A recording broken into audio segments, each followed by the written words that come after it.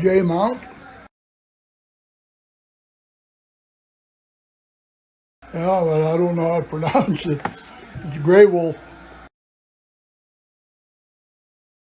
Hays. I was born at Fort Belknap Hospital in 1947. Robot.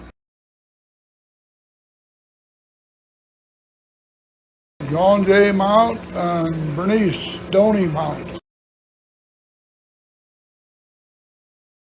My grandparents would be, on my mother's side, would be Joe H. and Julia Donnie, and on my dad's side would be Robert and Aaniiih Mount, Aaniiih Walker Mount.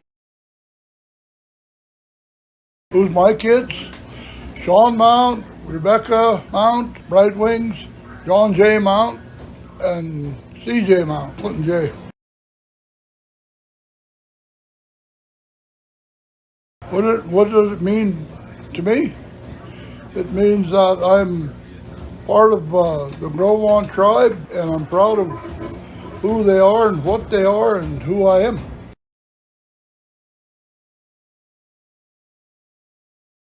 Went to school up at the mission up here, Catholic school. Yeah, it wasn't worth a shit. I'll put it just like that. Catholic schools, none of them were ever worth a shit. They were mean to Indian kids, and to this day they probably still are. But my last 2 years of high school, I went to Flanders Indian School in South Dakota. It was good.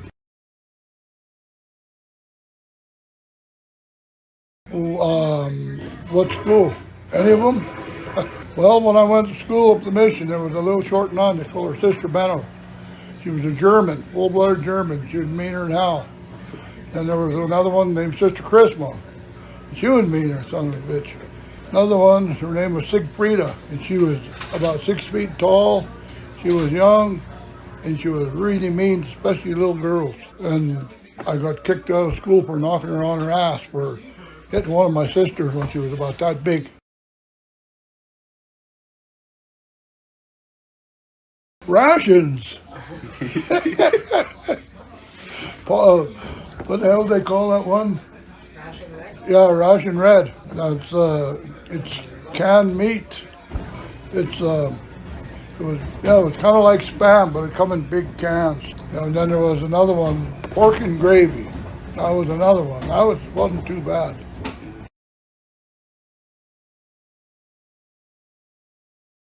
Oh, riding broncs, playing basketball a little bit, boxing. What else did I do? I did a lot of sports.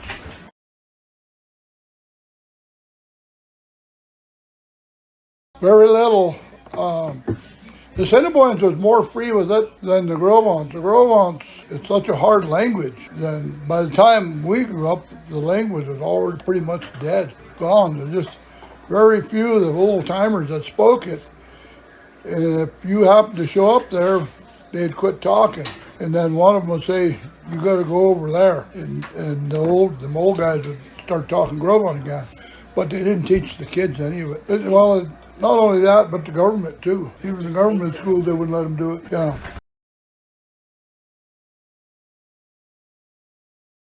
Yeah, it was good. Once you adjust to off-reservation life, or I'll say, once you adjust to white life, then you can live amongst them or live any place you want. But I was one of them. I always wanted to come back home and get married and live my life here. And that's what I did. I lived in Kansas. I went to school in Flanders for 2 years. And I went to school in California and worked down in California. I lived in Portland, Oregon. I lived in Seattle, Washington. I lived in Great Falls. And then Fort Belknap for about 3 years, and we moved back home.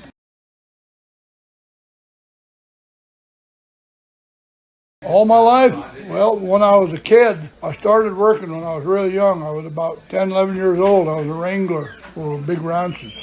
I did that till I was about 15, and then 14, I guess. Then I got on the regular ranch crew, and then after I got done doing those jobs, then I started working in cement and laying block when I was about 16. 15 and 16 years old. And then when I was 17, I was the first Indian contractor on this reservation, and I was building foundations. And I had a contract with the U.S. government, and you're supposed to have been 18, but I just put on there I was 18, but I wasn't.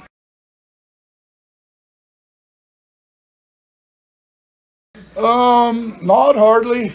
We were kept from going to ceremonies and stuff like that because the government didn't allow it. We couldn't go to sundances or anything like that because that was if we did, if they would have had them, then it would have been kind of more of a not doing what the government wants you to do. But when I got older and stuff, that I did my 4 years of Sundance. I'd do my fasting and dance. I did that, and that's about as far as I went with the old traditional ways. For a while, till they started getting too damn mean, then I quit it. Yeah, I used to serve mass when I was a kid. What they need? Yeah. Money. Well, that's true. But they need money so they could live fairly decent, you know. Most of the elders, they only get a Social Security check, nothing else. And see, like I would have a real good pension right now if I didn't draw it out all my life. I'd build it up, then I'd draw it out. Build it up, draw it out. That's one of the things the young people have to learn is to, if they got a job and they've got a retirement building up, leave it alone. Let it grow. And when you get to my age, then you got a pretty goddamn good check coming in. Like my wife, she retired 4 years ago. Then she went back to work over there at the school, and now she's retiring again. But she gets pretty good retirement from off the school because she didn't draw hers out. She was smart, good and dumb like her husband.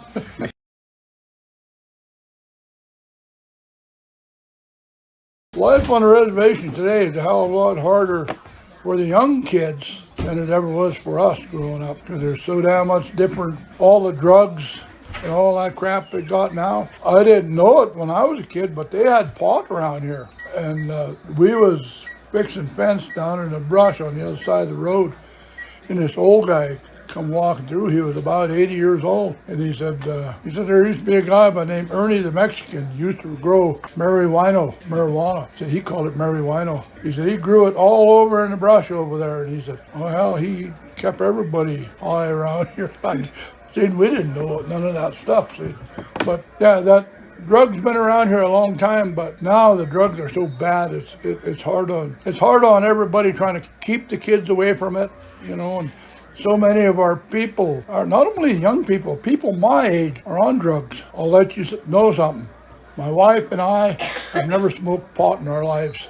We're probably only a couple of the two on this reservation that could say that. And we're not angels by far, you know, but we chose not to do that stuff to try and make our kids not to, but a couple of them do, you know.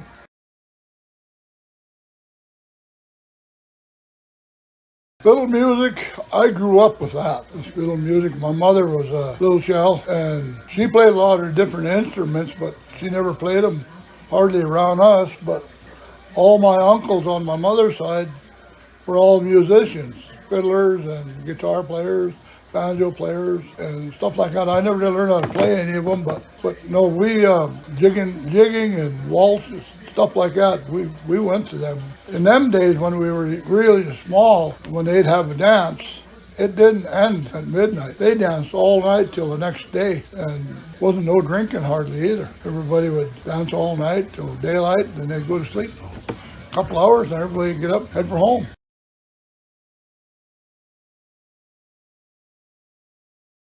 Be Grow out in the Centerpoints. Don't be ashamed of your culture. Don't be ashamed of who you are. Be proud of who you are, and always walk with pride. Don't ever let anybody look down to you. If they do, show them who you are. That's what you do. You don't ever, especially white people, you stand right up to them and tell them who you are. And I was born, the whole works. Let them know that, hey, this is who I am, and I'm proud of who I am. Don't ever let them white people try and belittle you, because they're the ones that's going to try that. That's why I'm such an asshole around white people, because they don't, I never ever let them, I worked in a lot of white people's places. I never ever let them down talk me or anything. I always stood right up to them, and they all respected me for it. My folks were pretty humble people. They weren't rich by far. They always owned a few head of cows. My dad owned, I think he had more horses than he had cows, but he always worked heavy equipment construction. And in them days, the welfare department stuff didn't hardly help our people, especially from out here. And my dad and my mother would take them, a lot of these families, to town and buy groceries for them with their own money. You know, in them days, you could take $50 and buy enough food for about 3 months. $50 ain't even buy you enough to have supper now, you know. But yeah, my folks had a real big influence on me growing up, to always help people, you know, and never ever expect a handout from anybody. Always work for what you got, even if it's very little. At least you know where it came from. Well, that's the way we was raised, you know, and I hope a lot of the kids do that myself, you know. We raised our kids like that, to work, you know, and help others.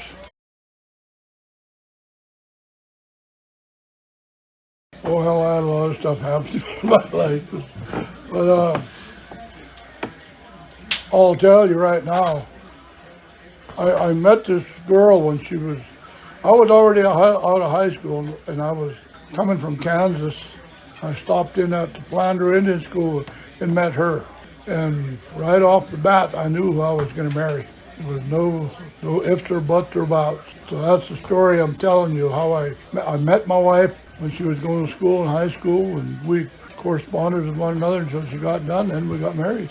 And we're still together 54 years. And my dad told us that we wouldn't last 3 years. So we lasted 51 years, longer than what he predicted.